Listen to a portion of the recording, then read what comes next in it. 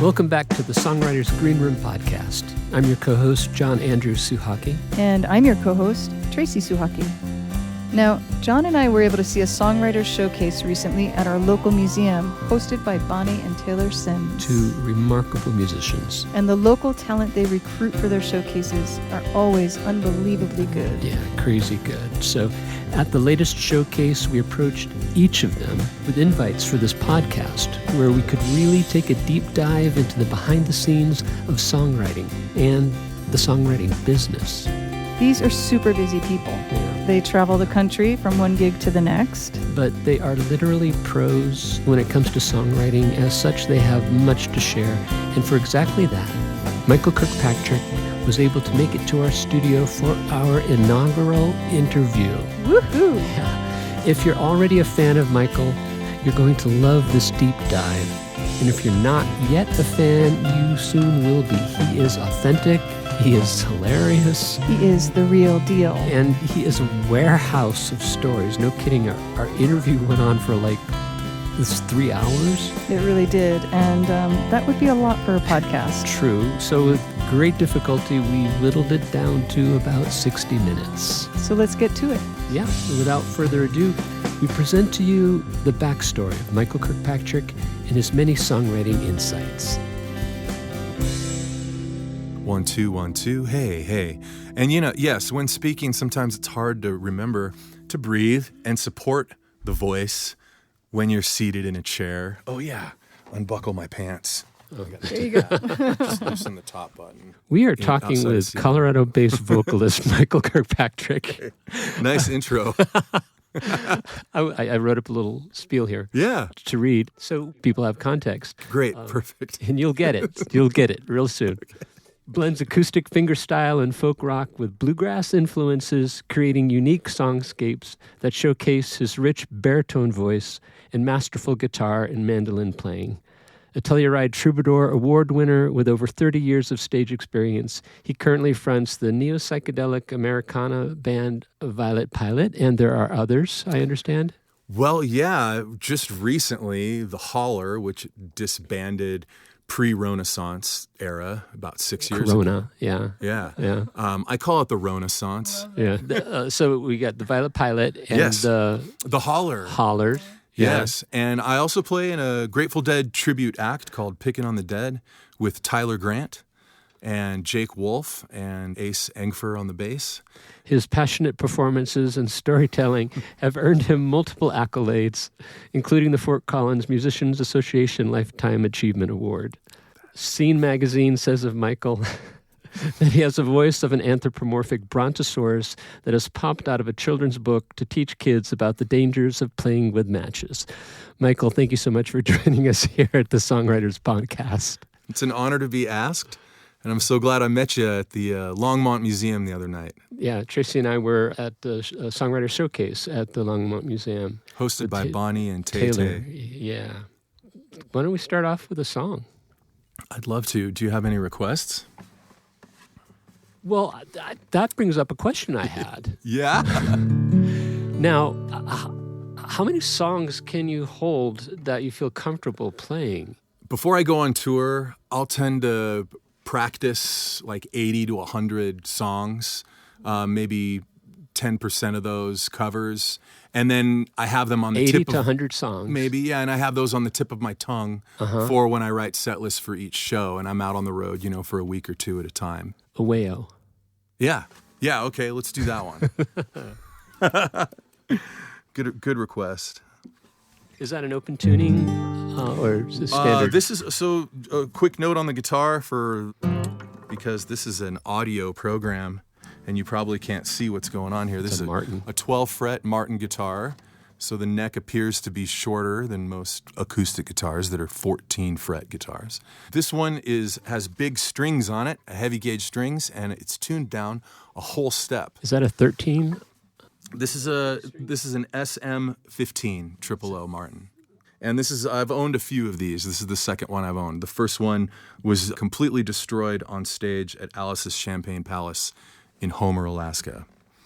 So what I do here is I know there's a story behind that. You set the scene. I want to hear the song. It's like all these stories. I get it now. I get it why people, I don't know. Okay. So what I'm doing here, that's like a dadgad tuning because I'm using a partial capo on these 3 strings. I see. This is a wayo.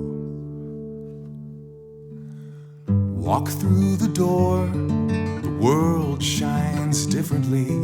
It's a place you've never been and a heart you've never known. You know the names, you might think familiar things, but it doesn't really matter. It's just the way it makes you feel. Away, away,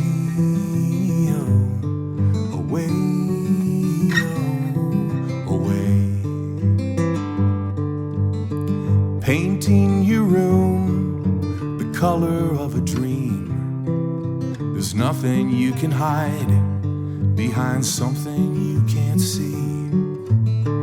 Taking a stroll, the snowy streets are empty. The guards are all asleep, and you're free to go away, away, away, away. There's no time to pack your car. Friend of mine, are you surprised? There's no line to get in this bar. So why you waiting there outside? If I were you, I'd give me a kiss and say goodbye to all the things you think you miss. Never mind, there's nothing more than this. Beautiful impermanence. Away, away, away, away, away, away, away.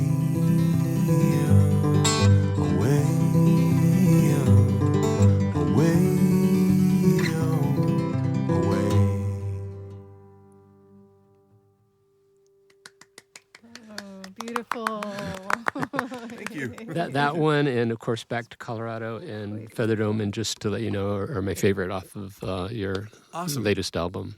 We're thinking in terms of the questions, 3 categories. One, to talk a little bit about the craft of songwriting itself, and then beyond that, honing your technical skills, love your guitar playing, and then lastly, a third part, reaching an audience, the day-to-day life of a troubadour. Yeah. First up, in terms of the craft of songwriting, so something you would like to share with folks about how you do it.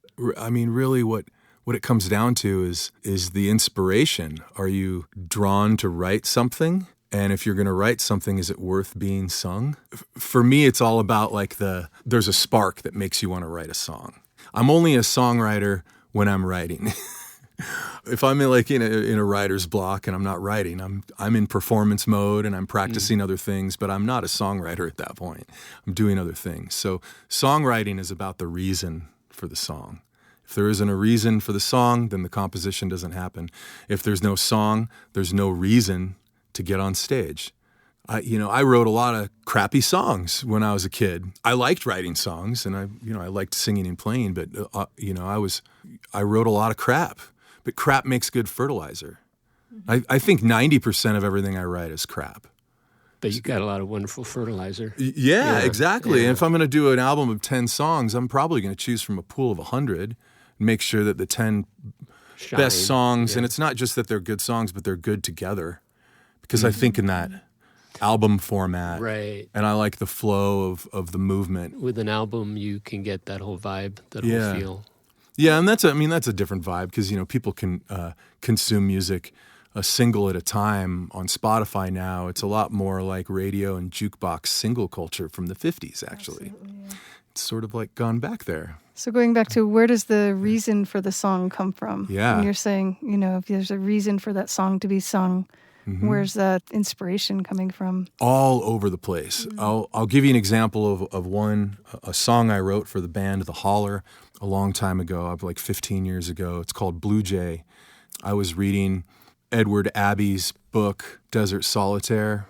There's some themes of environmental activism in regards to water reclamation and dams. And I was really inspired by that at the time. I was a river guide on the Poudre River before I became a full-time musician. A river guide all over the West, but I worked on the Poudre for 15 years. And real passionate about water. And when I read about this monkey wrench gang, I was like, oh, that's cool. And it inspired me to write some poems about a fictitious character that blew up a dam, like Edward Abbey did. In my case, Blue Jay, it's a little bird. So I anthropomorphize the animal to have human feelings of not understanding the ways of water reclamation. And so the inspiration was something I read for Blue Jay. And it was strong enough to get me at the writer's desk and break out a pen. That's a fit of inspiration. But as I've gotten older, I've realized I need to make space for the inspiration to come in. So I'll sit down and I'll, quote, songwrite for an hour every day. But so it's like a practice. It's a practice. I'm relieving myself of the pressure, the burden of having to write a good song. I'm doing it just to be open, to write things down, to play around with melodies without any expectation of anything coming out. So what that does is it stretches my perception to be ready for the inspiration when it strikes. Right, you're showing up, you're creating space in your mind. Maybe a regimented, controlled aspect, a practice. You're at a cabin for a week or two? That's definitely happened. I've done that, especially with a songwriting partner I had in the Good Time Travelers. We would go up to cabins for, 3 to 5 days at a time. We wouldn't leave the place, and we'd go up with the intent of writing songs. That was co-writing, so it was a little more of a social experience. When you co-write, there's a built-in editing process that happens. Because as you're throwing ideas back and forth, if someone says, I don't like it, then you just both move on to something else with the faith that between the two minds, you'll come up with something better. Or the person that proposed the thing that was not liked could choose a battle and try to convince the other person why we should go this way. You don't get it yet. But that takes more time, and it's sort of not really what we're going for here. It's the two people bounce the minds off of each other, and that give and take and is a cool deciding process that's sort of a built-in editing mechanism for the song. Whereas when I write by myself, I guess that's the difference between co-writing and writing. When I'm writing by myself, I just have a bunch of fodder that goes down, and then eventually some of that might turn into a song. So when you're jotting down these ideas, you're talking about the lyrics primarily in the message of the song? Well, both. I think it goes both ways. I think I started off as a melodic person and not much of a poetic person. So melody is coming first before lyrics. The best ones, the lyrics come with the melody. Boom. Together. Yeah, and actually not only the melody, but the syllabification, the rhythm of the words. How the words sound. Yeah, how the words fit into the music. When you write the words down, it's almost obvious what they should do musically, right? So if there's you're not going to end up on a long high note singing the word the, right? It's probably going to be love or fight or something that is loaded, the longer notes or the high notes, right? The lyrics should and I think I learned that in the opera because it's so, the word painting as it's referred to is, Mozart was so good, he would just take the action, the libretto of the opera, and he would know melodically exactly what's happening in this scene, whether there was tension, or whether it was a romantic tension, or a villain, or if it was a joyous moment, or a funny moment, or a sarcastic that moment. Would be reflected in the music as well. Yeah. The choice of the notes and the syllabification. Yeah, so I think the best songs, a lot of that comes in at the same time. But then there's like, again, if I'm writing lyrics down, sometimes like if I'm sitting on an airplane or I'm on a bus or whatever and I'm writing, I'm not humming, I don't have a recorder out, I'm not playing the guitar, I'm not riffing on anything. It's just kind of me in my head with a pad of paper. I'll come up with lyrics that don't have a melody, or maybe there's a meter, but I can't. A lot of those things end up unfinished, and they just sit in these books. I call it fodder. And then during my budgeted songwriting time, I'll go back and read those and see if it sparks anything. At the concert hosted by Taylor and Bonnie, you gave the story of writing back to Colorado. Did I have this right? You were in your car and you had all the sticky notes on the dashboard. Yeah. Yeah, I kept throwing sticky notes down on the dashboard, and I remember thinking to myself, this is really stupid. You got to keep your eyes on the road. So I had one hand on the wheel, eyes on the road, and then I would just kind of grab the sticky note, slap it on. And, the sticky note was kind of this bright, office-y, fluorescent color meant to accentuate its presence on a desk. So on the dashboard of my Astro van, it was like, psh, right there. And I'd start writing. I'd notice I'm running out of room, and then bam. And there's no lines, and some of the letters are superimposed on top of each other because I had to take a corner or whatever. It was, basically straight, I-80. Well, that's a good segue for Back to Colorado. I'd love to play that one. Yeah. Thank you. If you find my heart, bring it back to Colorado and leave it on the front porch of my one true love. If you find my mind, be free to read me and listen to the story I didn't know how to tell. I got lost,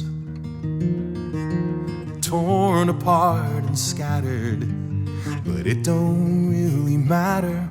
I'm the earth's to keep, notify my kin that I'm never coming home. Forever I will roam in your sweetest dreams. If you find my legs, won't you climb any mountain, the one you've had your eyes on since your crawling days?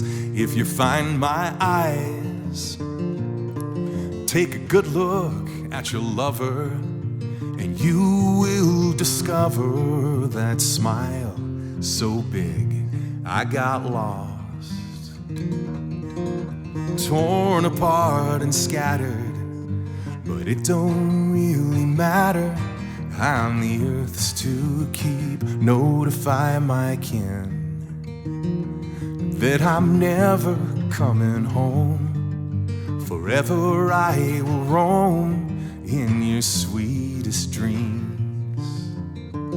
If you find my ears, won't you point them at the forest and listen for the holler calling you to be free? If you find my hands, keep a mandolin in reach, squeeze an overripe peach, grab your boyfriend's feet, 'cause I got lost, torn apart and scattered, but it don't really matter. I'm the earth's to keep, notify my kin that I'm never coming home. Forever I will roam in your sweetest dreams. If you find my heart, bring it back to Colorado and leave it on the front porch of my one true love.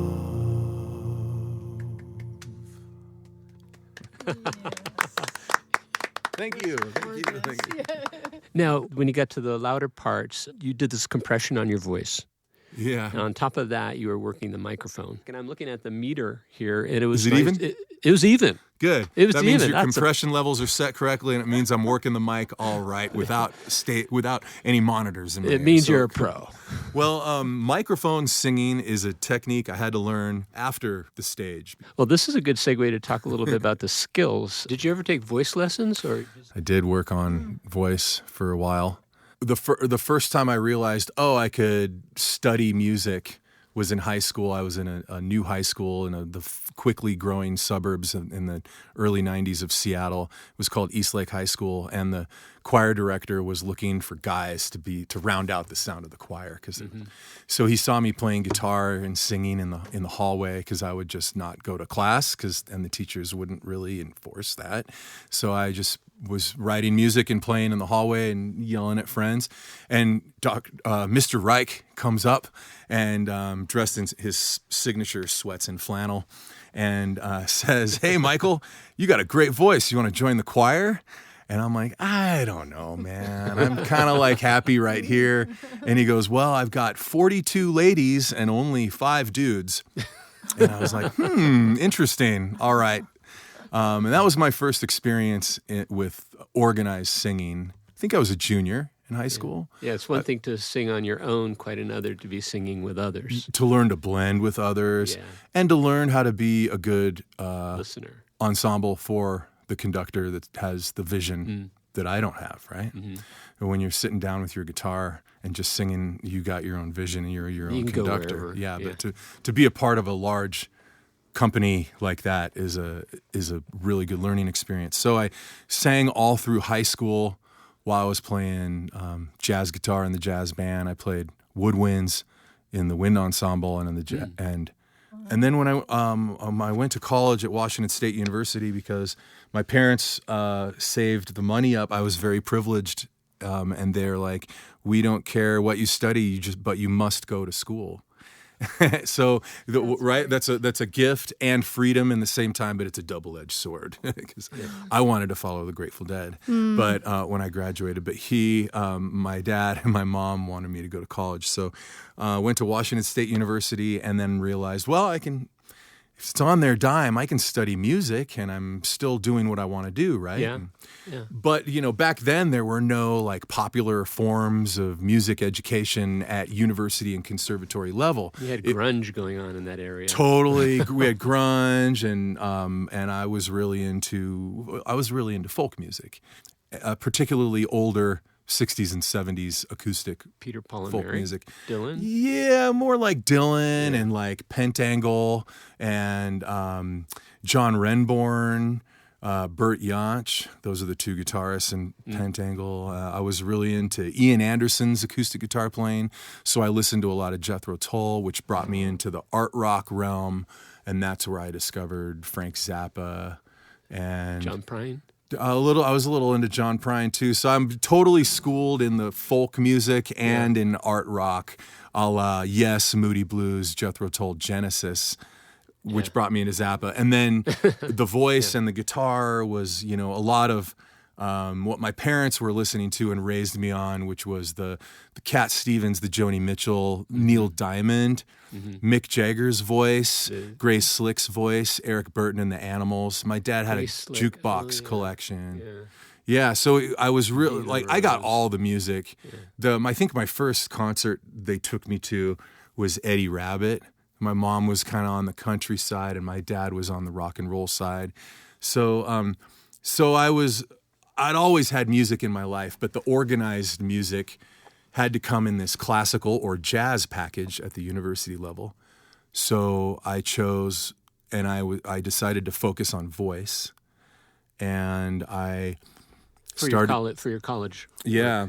So I was studying different voice types and learning about my voice, and then fast forward 6 years, and I'm a baritone on stage at the Santa Fe Opera doing Mozart roles. So wow. Yeah. Wow. And also as an understudy, singing in the chorus and covering roles for all the big time singers. I was an apprentice singer at the opera. I also worked with the Seattle Opera, and but my big roles were the opera. In opera was the buffo bass or baritone, the buffoon roles. So I most commonly played like a a stupid soldier or the old guy that doesn't want his daughter marrying that guy. The jester. Yeah, the jester, the Figaro. I was Figaro in La Nozze di Figaro. Well, that's Rossini's Figaro. Yeah. The first one that came along was Mozart's, and that was The Marriage of. That was my first opera, actually. I did it in English. So I asked, have you had any work in training your voice? I was trained in Italian diction by the great Nico Castel. And I've sung in 1998. I got to sing the Incantation and the Gloria for the third Sunday of Lent at St. Peter's Cathedral for Pope John Paul. Wow. And the reverb in that. Oh, yeah. Oh, my God. Yeah, there was 10,000 people outside and another 1,000 inside that big place. All right, so how'd you get into the guitar in that picking style? That picking style, that's a fairly new thing for me. In around 2017, I think, a friend of mine requested a song. I was going to play her house concert outside of Eagle River, Alaska, and playing a house concert for her birthday party. And this song was requested, Just Breathe by Eddie Vedder. And I was like, cool, I can do that, whatever. I had no idea what the song sounded like, and I knew that vocally it'd probably work out because Eddie Vedder's got a low voice, and I kind of do too. So I went and listened to the song, and I'm like, oh, that's finger playing. I think they call it finger style. Yeah. And I was always a flat picker, kind of aggressive on my acoustic guitars, just like the mandolin, using a flat pick. So I'm like, well, I better learn the song, and I tried it in my way with the flat pick, and then I tried it in a way that was more like the little bangy strum that I do, like on Cold Tonight on the Mountainside. I tried it that way, and then I tried it with the flat pick. And I'm like, no, none of these ways work. I got to play it the way he played it, which is this. It goes like this. If I can even play it right now.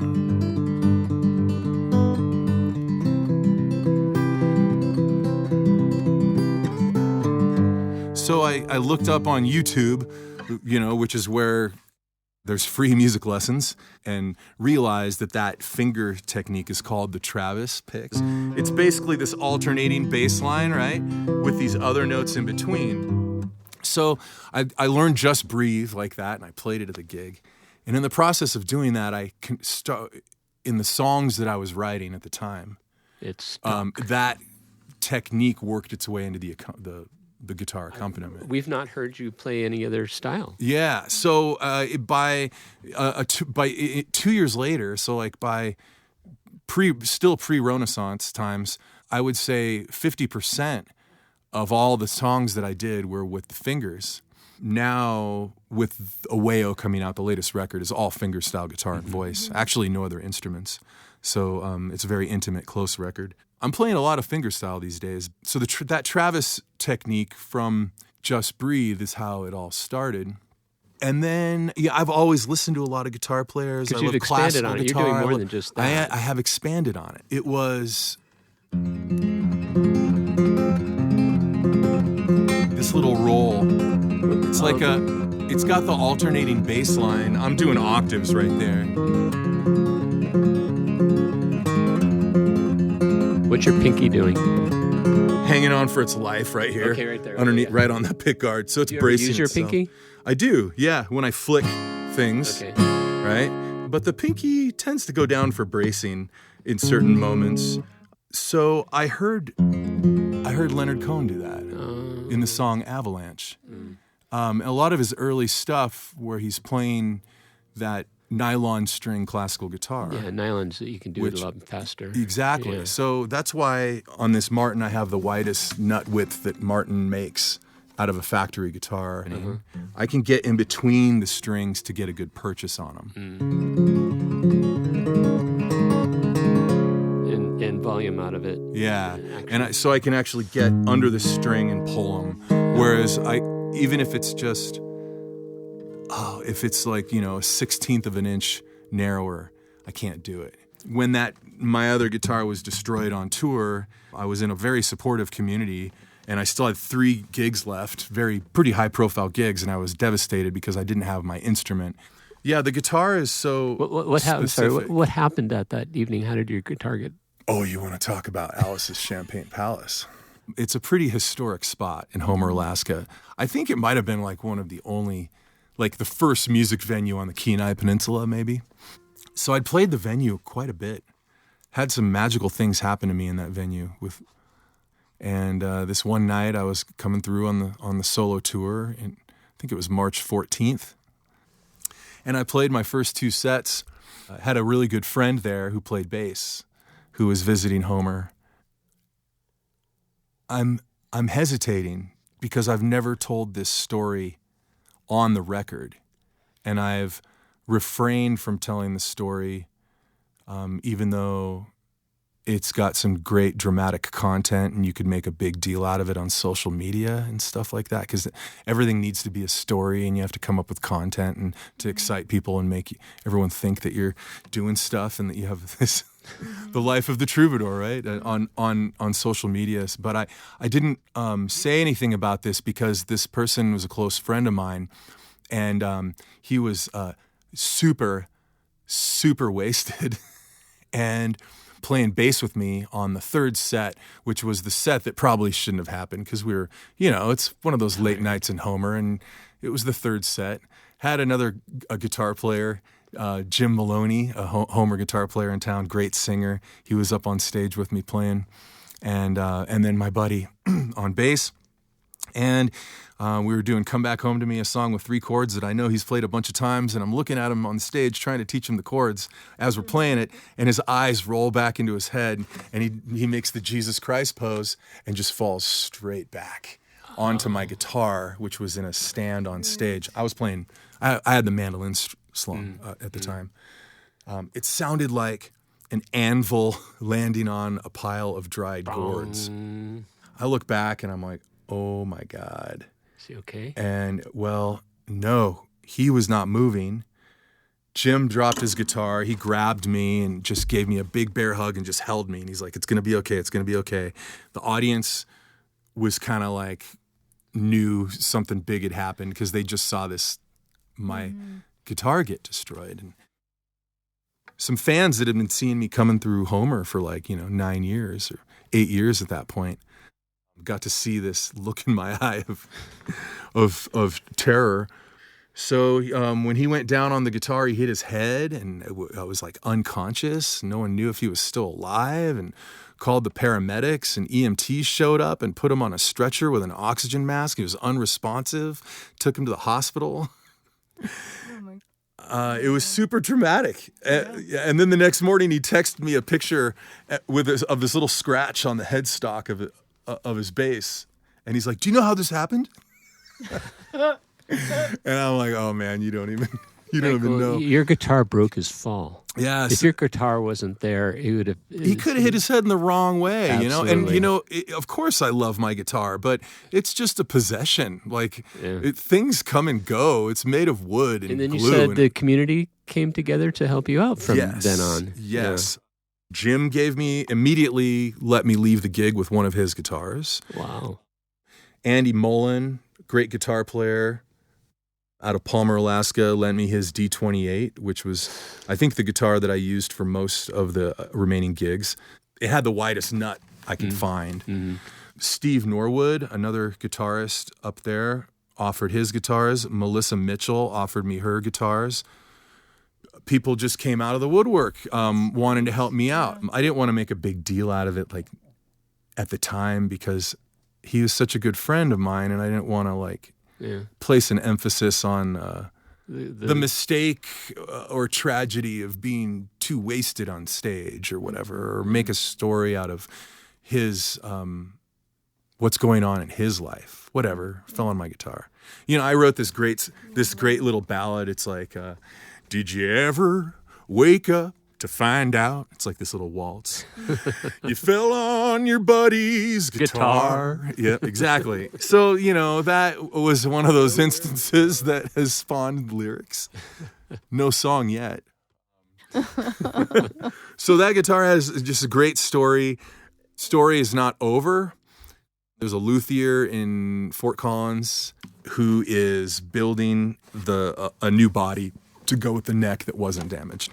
I got to pick out the wood for all that, so I'm super excited about that. So the guy who fell on it, we're good.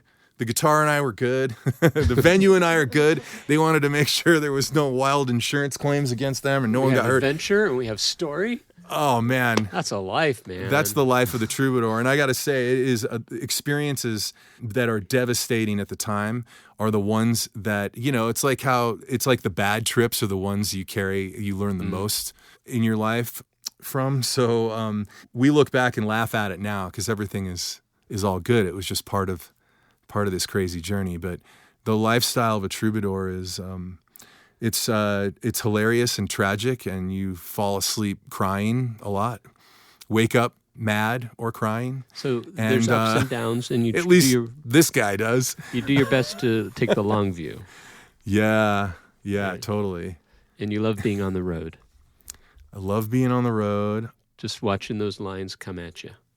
I like moving. I like that sense of moving. I like listening to the transmission, the engine, the wheels. I don't really listen to music on the road because I get enough of that when I'm learning and performing, and I got to give my ears a break, so I just let it all go on the road, and I love it. Pack up what you think is important. Burn the rest in effigy. Let the live feed roll and the selfies scroll while you hide, wanting to be but needing to hide and wanting to be. A lot of people think that us guys out on the road are like seeing a lot of sights and doing, you're going to the Grand Canyon, you're going to Flagstaff, you're going to go see the Grand Canyon. No, I'm in a car. I get out of my car to get gas. I get out of my car to go into a venue. I sound check. If I'm lucky, I get to walk someplace for dinner. I do the show, and then I got to sleep or party with people all night long and then get up and drive to the next place. I do not see where I'm going. I don't get to go stand in a national park and walk around just because I'm in that area. So I'm working. A big part of it is the people that you're meeting. Exactly. It's the people. And the people in Alaska are freaking amazing. And there are some gigs where I get to stay overnight in very, very beautiful places. They invite you in? I get invited to, just the hospitality up there is so great. A lot of venues have, because of the remote nature of some of the venues, they have a cabin out back or an apartment upstairs or someplace that accommodates traveling musicians. So it's that's always taken care of, and then everybody wants to reach out. How did you get into that network up in Alaska? Salmonfest. Yeah, it's a music festival on the Kenai Peninsula. It started off called Salmon Stock. They changed it to Salmonfest. 2015 was my first year. We played that festival, and we filled in 21 days of gigs after that festival. Wow. And so once you have those gigs, those new gigs, then you can come back yearly? Just like any other scene, you come back when it's appropriate, when they want you. Mm-hmm. Or when you can't. I mean, sometimes you have to come back before they want you, before they think they want you back, because you need to show them who you are again. It's just like any music Or market. There's a switch in management. Yeah. Now, the crazy thing about Alaska, though, is if you're going to, comparing it to the Front Range or Denver, the entire population of Alaska is the size of a suburb of Denver. Wait, I have to process that. Yeah. Maybe the size of Littleton and the surrounding areas is the entire population of Alaska. In terms of saturating a market and radius clauses with venues, you would never travel to Denver and play 2 or 3 gigs in a week. I play in Denver maybe once a year, but I go to Alaska that has the population of a suburb of Denver, and I'll play 9 gigs in 10 days. So the rules are totally different up there, and also the audience is the gigs are smaller. The audience is kind of spread out, but people travel to see you, and a lot of people think Alaska is this giant, expansive place, and yes, in some respects, but if you're on a paved road, that's where it's at. You're not lost, and that's where all the people are. And most of the population lives, within a 2-hour circle. So it really is kind of a small area. I can go and play Anchorage, Girdwood, Hope, Talkeetna, Palmer, without even going south down Kenai or up further north, like to Fairbanks, or out on Matanuska Highway out further west. I can play 6 gigs that are all within an hour's drive, hour and a half drive from each other. If you look where the people are, it's a smaller state. There you go. Yeah.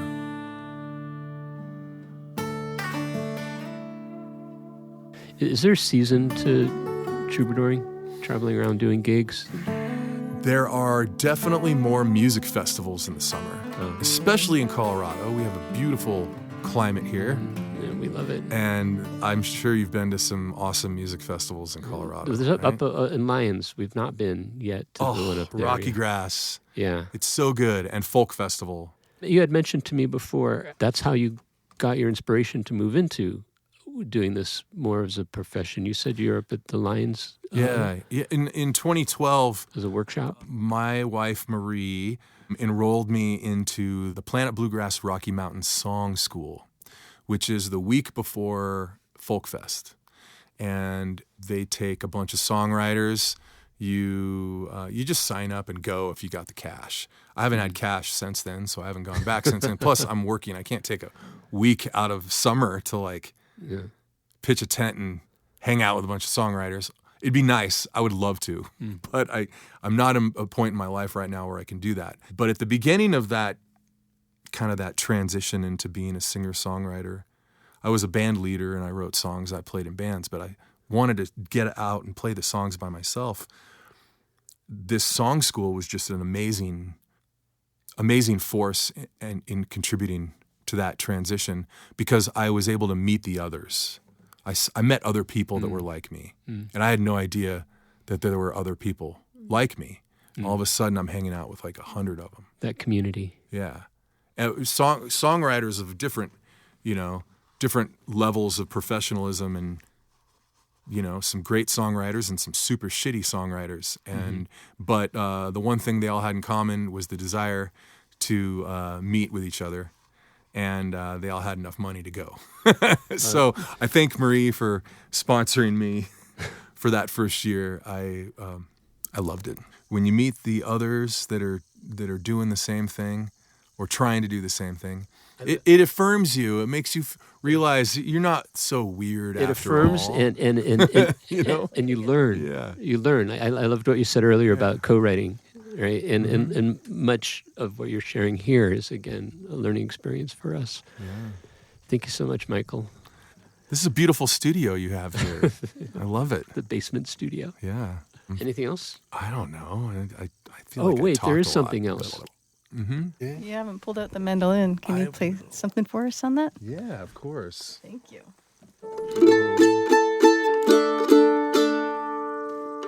Let me tune this thing up. Yeah, honestly, man, I really have no idea what's going on in the business. And I think when I was younger, I tried to concern myself with it, because I knew that as people, the aggressive people get the gigs, not necessarily the best. I mean, the best is also subjective, but I just would always get confused and frustrated, because when it comes to cold calling and emails, I'd say with every 40 gig requests I send out, I might get one back, and that doesn't guarantee a booking. So among the troubadours, how much do you see cooperation versus competition? Well, that's a very good question. Cooperation versus competition. Yeah. I've never, that's an interesting question. Like, I have songwriter friends from other regions that reach out to me asking for gigs, or can you help me get gigs in Colorado? Mm-hmm. And I want to help them, but the answer before I write them back, and it's usually sometimes I don't know what to say because I can hardly book myself here in Colorado. I actually tried to work on a tour in February of a bunch of mountain towns, and I couldn't get half of the venues to get back to me. So I wish I could help out more folks that come through, especially from the markets that have helped me out. I've lent sound equipment. I've given people rides, and I have a guest bedroom in my house now, so all the troubadours are welcome. But as far as like helping out with gigs, I wish I could cooperate with them more. As far as me, competition, interesting. I don't know if I really have ever perceived competition, even though there's only so many gigs and there's a whole bunch of people wanting to do this. There's a lot of younger talent and beginning talent that has like a lot of opportunities for cultivating careers on the Front Range because we have a very rich happy hour scene. And like all the breweries, and there's tasting rooms and bars that do a lot of gigs like in the 4 to 7 hour, even on weekdays. So you can, as a young artist, you can definitely get work, and there's a lot of open mics. But in a spot like me, or when you're in a place like me and you need a little more money, then there's maybe a little less gigs and maybe there's some more competition. But I don't really see the competition between me and another songwriter. It's, if there is any conflict or push and pull, it's between me and the venue, just trying to line up the deal. I've been doing this for a long time, and I haven't always done it like this. I've evolved, and I might have been way more aggressive and competitive when I was younger, and other people probably thought I was competitive. But so I look back and I can see that in myself, but like I'm looking right now, even like the most, aggressive, like what is competitive, and what the music is what I'm trying to do, and that's what I'm concerning myself with, and the music will speak for itself.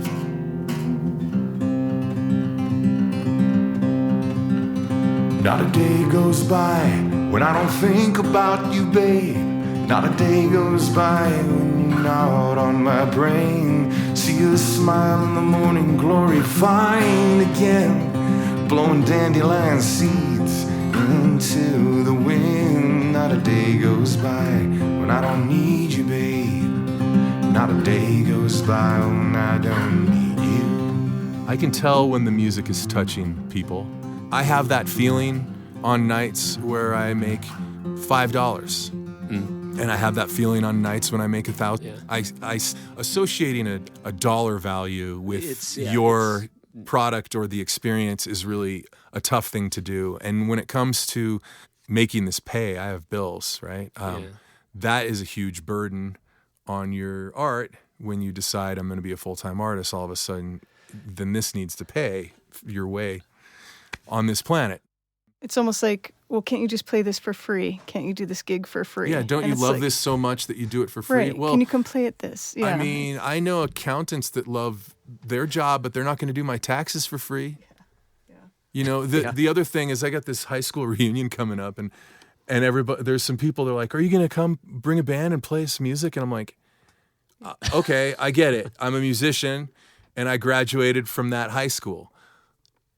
I need some dental work. Can you get the dentist together and set up a chair? I'll play some music. Why don't you work on this crown? Yeah. Just because I do that, like I walk onto Southwest Airlines with a guitar, and the flight attendant's like, are you going to give us a concert? And I'm like, I'm on the way to a concert and I'm resting. But how many free drink tickets are you going to give me? Yeah. I did sing on a plane once. Oh, nice. For a stack of drink tickets this high. Oh, nice. Wow, excellent. I even formed a band for it called the Barf Bag Quintet. And that was a good one. But I think what's not being acknowledged really is your years of practice and experience. I do try to make a point in my mental calendar to do a couple free gigs a year for things like for things like that. And I just think that's important to do. But you would not believe how many people reach out and with wanting me to play for free, thinking they have like some golden ticket for me. I do really love what I do, but it's work. Someone who loves playing guitar and singing that is not a full-time person, they might not understand that I can't just do it every night because it feels good and because it's fun like they do it. Yeah. They've got a full-time job that takes care of whatever, the rent and everything, and they love playing guitar and singing.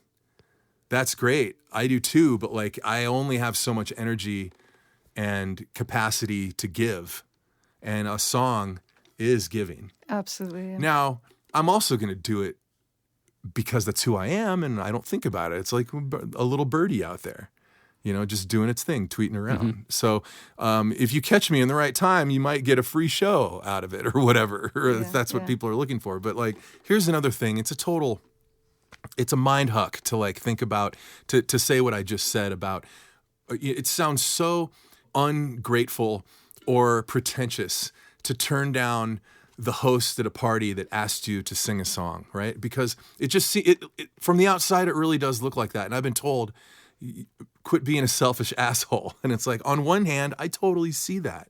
But on the other hand, dude, I'm just not in the mood to sing right now. I'm having dinner with my friends. Right. Like, this is... Yeah.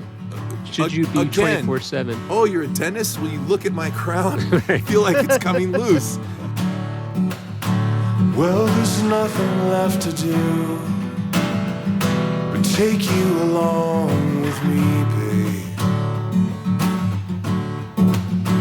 We've got two open minds, plenty of time on the road. I think we'll take a minute by this river we never ever could have dreamt of.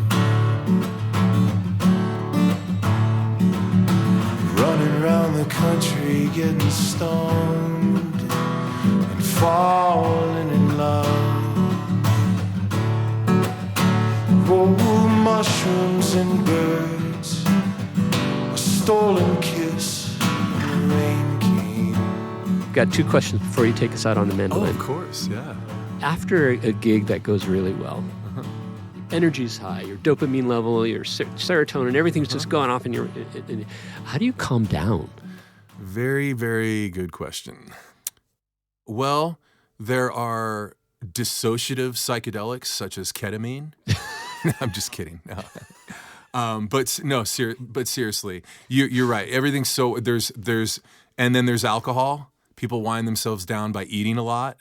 You get off stage and like that's like I've had to make a point to like, Michael, no eating after 8 o'clock at night because it's bad for your digestion. It's bad. But if I get done with a gig at like 12:30 or 1 in, and I didn't get time to eat it. Sometimes I'm just so hungry. I want to eat a dinner. You need energy. And that's when the band's like, yeah, we're going out to Denny's after dinner or whatever, or after the show. And it's like, oh. So now it's bad habits form because you're trying to compensate for this energy. Mm-hmm. This is extreme energy. You are wound up after a gig. And it's not after the ones that go well. It's after every time you do it. It's just what happens after you do what we do. It's not like, oh, they love me so much tonight. Woo, I'm so wound up. They love me so much. Nah, it doesn't matter if they liked it or not. It's like, I just did my thing and I'm wound up because I get wound up doing my thing. Yeah. So I feel, I probably feel the same energy. And actually, after every performance, I feel like it was a good performance. There's a few where I was like, oh, I really screwed the pooch on that one. And I might have those feelings like as I'm walking off stage in specific moments of the music. And then I get over it. And then for the reception or the after party, then I let it chill. And I try not to say, oh, yeah, I had a terrible night. Because of the this or that or the sound engineer. They don't need to hear that. No. Yeah. And so every time I get a chance to be on stage and play these songs, it's a great night. So winding down, I do stay up I stay up very, very late. Sometimes I don't go to bed until the sun comes up. No, like 5, 6. Like Marie's starting to get up to go to work, and that's when I'm kind of going to bed. Coming down. Yeah, and if that's what happens, then I'm usually only sleeping for an hour and a half. Yeah. A sleep deficit builds up when you're on the road, especially because everyone, when you go out and entertain and you've got fans in that town, especially if they're friend fans, they want to party with you after the show. And they don't realize that you've been doing this 7 nights in a row and you're about to lose your voice. And the last thing you want to do is go over to someone's house and drink wine all night or go out to a loud bar and gab. And, you need to get to the bed and sleep as soon as possible, or at least get to be alone, you know, even though you might not sleep, to have that energy, because it's going to happen the next day. So if I lived like the audience member every time I played a show, I would die. That's not sustainable. That's how that's how artists get sick. That's how we become addicted. That's how bad things happen to us, because we're trying to maintain this. So dealing with that energy after the show, all I can say is I like saunas. I like cold plunges. So like I'll go out and roll in the snow and take hot showers wherever I'm staying. Sometimes I'll just jog in place. So you'll get out of your mind and into your body? Yeah, get into the body, and then I can feel how exhausted I am, physically and mentally. But when you come out of that show and it's so wound up, you're actually tired. You need to rest, but you could go you could play. Sometimes I could play another 3 hours. You could put me in a van, give me a shot of tequila, drive me to another venue, and I'll do the same show and play for another 3 hours because I have the energy, or I want to. I'm feeling it. Bottom line, you just got to be careful. Yeah, you got to be careful and just understand that energy is there. My second and last question: what are your greatest hopes? Oh man, it's a big world with a lot of people out there, so I'll just start with all my friends and my family and my audience members and would-be audience members, would-be fans. I want all of them to be satisfied and just have happy lives. When you're satisfied, then you can contribute to society and you can be a good neighbor, and you don't have to worry about your good satisfaction, not in the moment gratification stuff, but if you're like happy, then you're going to be a better communicator with your family, your loved ones, with everybody. And I just want that out of the whole world. But we'll start with my would-be audience, my friends, and my family. I want them to all be happy. So whatever I can do to write, even though I write really some tragic things, some mellow things, if I can get them thinking about what is taboo, having a little faith in gravity, in the universe, the way the universe works. So that's what I want. That's my hope. I want world peace. That's such a bad answer. Personally, career-wise, I don't know if I've really set, maybe I need to set some specific goals. I mean, I would love to play at Red Rocks, right? My goals or my hopes are more in that, okay, I hope that I can write more this year. It's funny, we've talked so much and I played 2 songs, but I've written probably 400 songs and recorded maybe 80 of them are on records with different bands. But that's what I would hope, that I can just stay prolific. Really, I think my purpose is to spread joy. It's going to be simple. I don't need to make people's jaws drop with skills or the tone of my voice or the wittiness of my lyrics. I just want joy, more joy out there, so I can be a little instrument of that. Well, we would say, to that extent, you are a success. Oh, thank you. Congratulations. Can you take us out on that beautiful mandolin? Yes. All right, here's a song off of my 2013 album, Key to My Cage. This is called Path.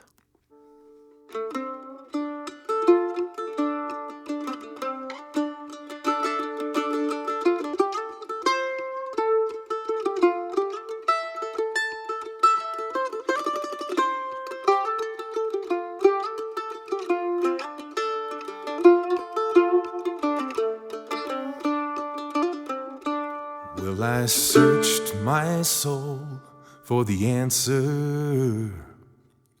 I flew around the world to ask a sage.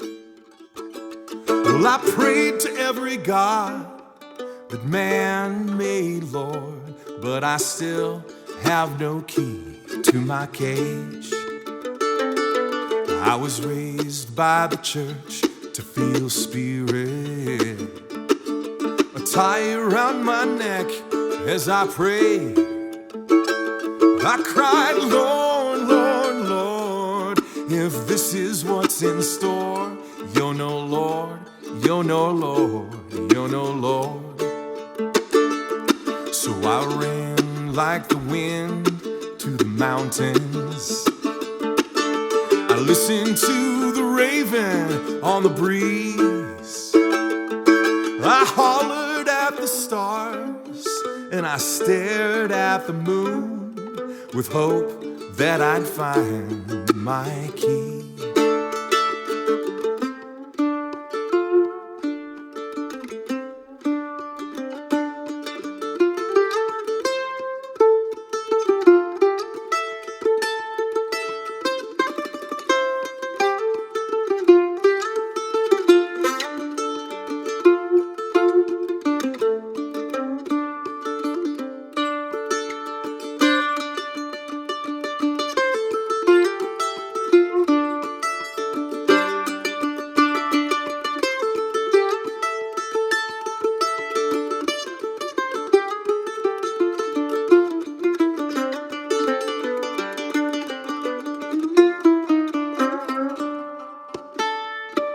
Now a young man's got his convictions. Explore every realm you can find, but you won't find nothing you can lean on. With those thoughts piled high in your mind, well, I'll break down the dam that contains me.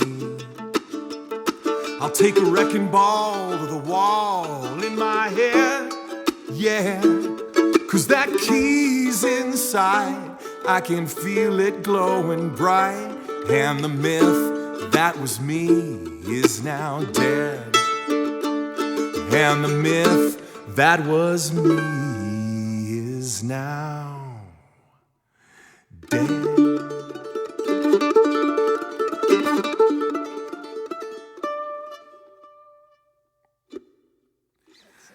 Normally I scream the last note, but that's more of a live thing. Thank you, Michael. Yes. Oh, thank you. Special thanks to Michael Kirkpatrick for all his latest happenings, which include tour dates and access to his recordings. Please visit michaelkirkpatrickmusic.com. That's Kirk, as in Captain Kirk. Captain Kirk. Where are you going with that? And Patrick, as in Patrick Stewart. Star Trek. Yep. Put the two captains together and you have Kirkpatrick. Oh, enterprising. As in michaelkirkpatrickmusic.com. Got it. And for notifications of our subsequent Songwriter podcast episodes, thanks for subscribing to our YouTube channel. And how do we find that? Head over to johnandrew.net. To where? That's johnandrew.net. Scroll downward and you'll find the direct link to our YouTube channel. Right there. It's a big button. Got it. Yeah. Thanks for listening. Till next time. Stay in tune.